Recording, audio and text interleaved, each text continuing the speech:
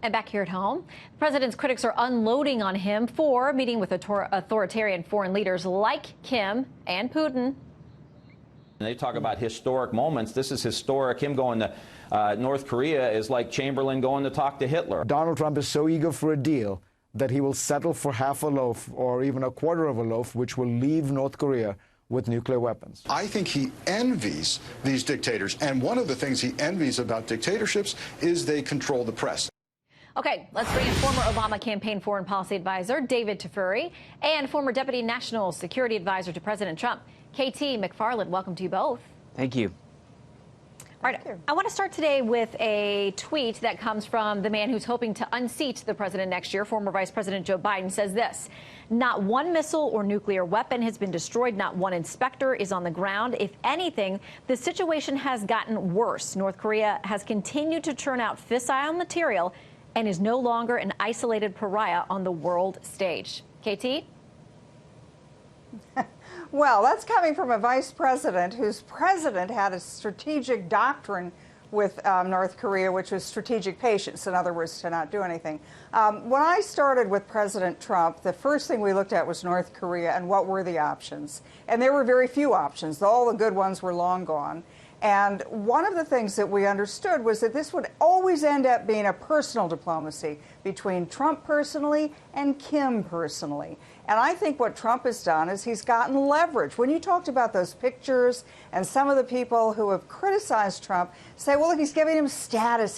He's like respecting him on the world stage. That's exactly right. And here's why. Because Kim is now seeing life in Singapore. He's now seeing life in Vietnam. He's now seeing what future might hold for him, not just for Kim, but for his leadership. And if all of a sudden nothing happens, Trump walks away. He calls him Rocket Man again. Kim is invested in this. And the same way that in 1972, there was a picture of Richard Nixon and Mao Zedong, who was president of China.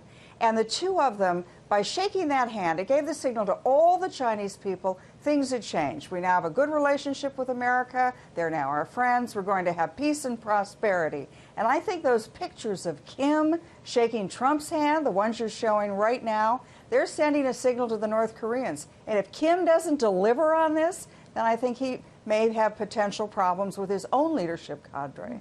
So about that relationship, David, we talk a lot about how this president is very relational with people, including a lot of people that folks don't think he should have any relationship with, or at least not one that looks this friendly. But Vox today writing this under the headline, "The one big benefit to Trump's diplomacy with Kim Jong-un," and they go on to say minimizing the chance of war is nothing to scoff at. I'm not saying that Vox is, big fans of the president, but at least in this article, they're saying give him some credit for that. Would you? Well, I don't think we've minimized the chance for war yet because North Korea hasn't rolled back its nuclear weapons program at all.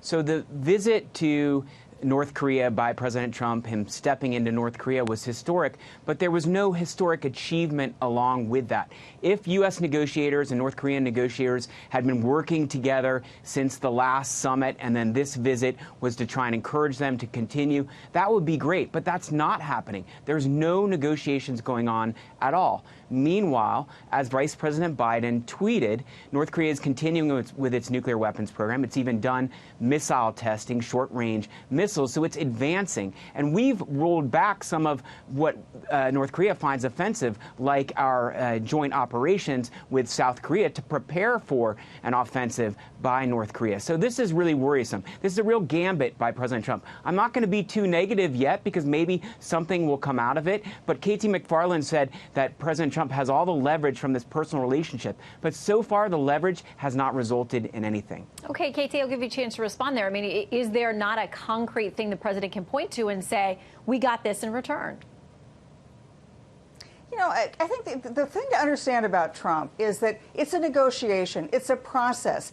Okay, so maybe he hasn't gotten anything yet. He's gotten those meetings. They've talked to each other. But that doesn't mean that the negotiation is finished. That doesn't mean that the process is done. I think Trump has gotten him where he needs to have him, which is Kim now feels like he's one of the big boys. He's in the big boy club. He's met Trump. He's talking to the South Korean president. He's seen the Chinese president. Trump can pull that rug out from under him in a minute.